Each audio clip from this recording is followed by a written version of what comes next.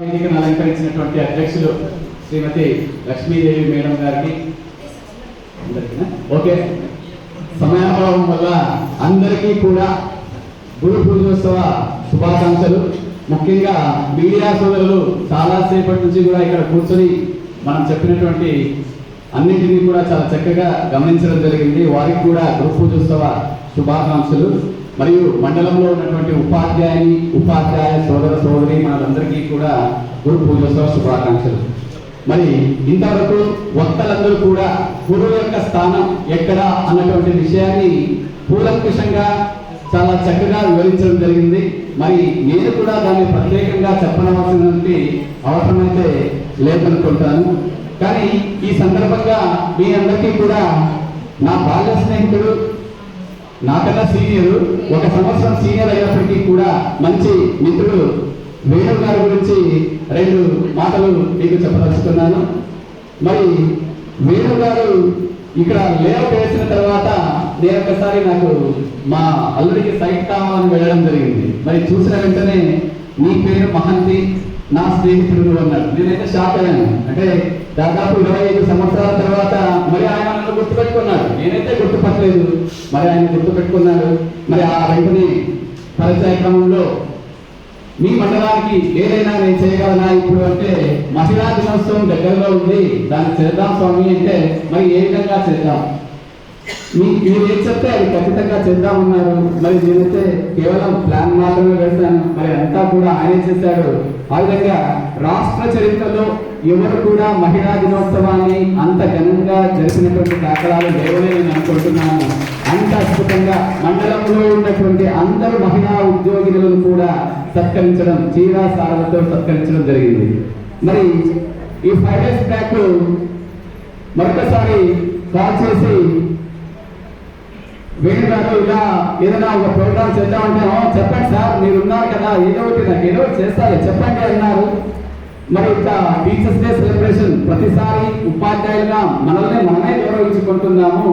అలా కాకుండా ఒక సామాజికవేత్త చేస్తే బాగుంటుంది అన్నటువంటి ఉద్దేశంతో మీకు నేను కాల్ చేయడం జరిగింది అని అడగడం జరిగింది. సరే, ఎంతమందికి నేను సన్మానం చేయాలి అది చెప్పండి సార్, చేద్దాము అన్నారు. ఎంతమంది కాదు, మా పరిగి మండలంలో ఉన్నటువంటి అందరు ఉపాధ్యాయులు ఆణిముత్యాలే. సో ప్రతి ఒక్కరిని కూడా సన్మానించాలంటే ఖచ్చితంగా మనం చేద్దాం, ఏం చేయాలో చెప్పండి అని చెప్పడం జరిగింది. మరి నేను చెప్పిన తర్వాత నేను ఏవైతే చెప్పానో అన్ని కార్యక్రమాలను కూడా ఆయన ఈ రోజు చేయడం జరిగింది. నిజంగా ఆయనకు మనం రుణపడి ఉన్నాము అని చెప్పుకోవచ్చు అనమాట. ఎందుకంటే గురువులు సత్కరించడం అది పెద్ద విషయం కాదు.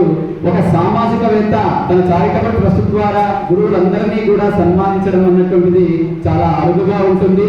దీన్ని నేను మడకశిర మండలంలో పనిచేస్తున్నప్పుడు కృష్ణమూర్తి అని ఒక సర్పంచ్ గారు ఉండేవాళ్ళు.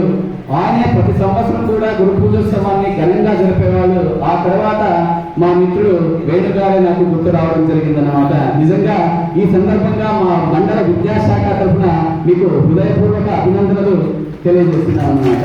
మరి ఈయన గురించి ఇంతకు ముందు మన శ్రీనివాస్ రెడ్డి గారు అయితేనేమి, మరి మన మేడం గారు అయితేనేమి చాలా చెప్పడం జరిగింది.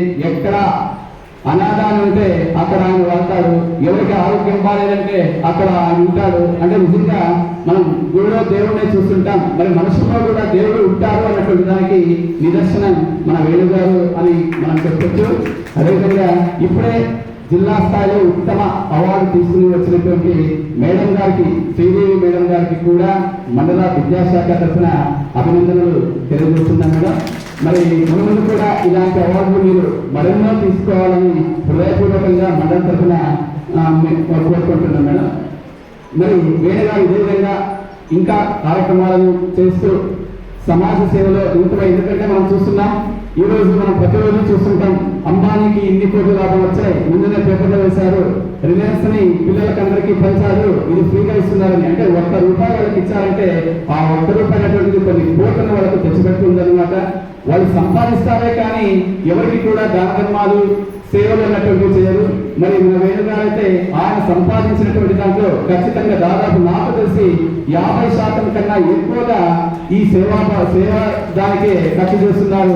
నిజంగా మన ప్రదీప్ కుమార్ సార్ అన్నట్టు లక్ష్మి ఎల్లప్పుడూ కూడా ఆయన వెంట ఉండాలని నేను కూడా మనస్ఫూర్తిగా మిత్రుడిగా కోరుకుంటున్నాను. ఎందుకంటే ఆయన దగ్గర లక్ష్మి ఉందనుకోండి, ఇలాంటి సేవా కార్యక్రమాలు మరెన్నో చేయడానికి అవకాశం ఉంటుంది అని నేను మనస్ఫూర్తిగా కోరుకుంటున్నాను. అదేవిధంగా ఒక చిన్న విషయం కూడా చెప్పడం జరిగింది. మరి ఆయన లేఅవుట్ వేశారు, మనం చాలా వరకు సైట్లను కూడా కొనుక్కుంటాం. ఈ ఉపాధ్యాయ దినోత్సవం సందర్భంగా ఈ నెలలో ఎవరైనా ఉపాధ్యాయులు ఆయన లేఅవుట్ లో సైట్ అనుకుంటే ఉచితంగా రిజిస్ట్రేషన్, అంటే ఒక సైట్ రిజిస్ట్రేషన్ చేసుకోవాలంటే దాదాపు 30 నుంచి 35,000 రూపాయలు ఖర్చు వస్తుంది. అంతా కూడా నేనే భరిస్తాను ఉపాధ్యాయులకు కూడా ఆయన చెప్పడం జరిగింది.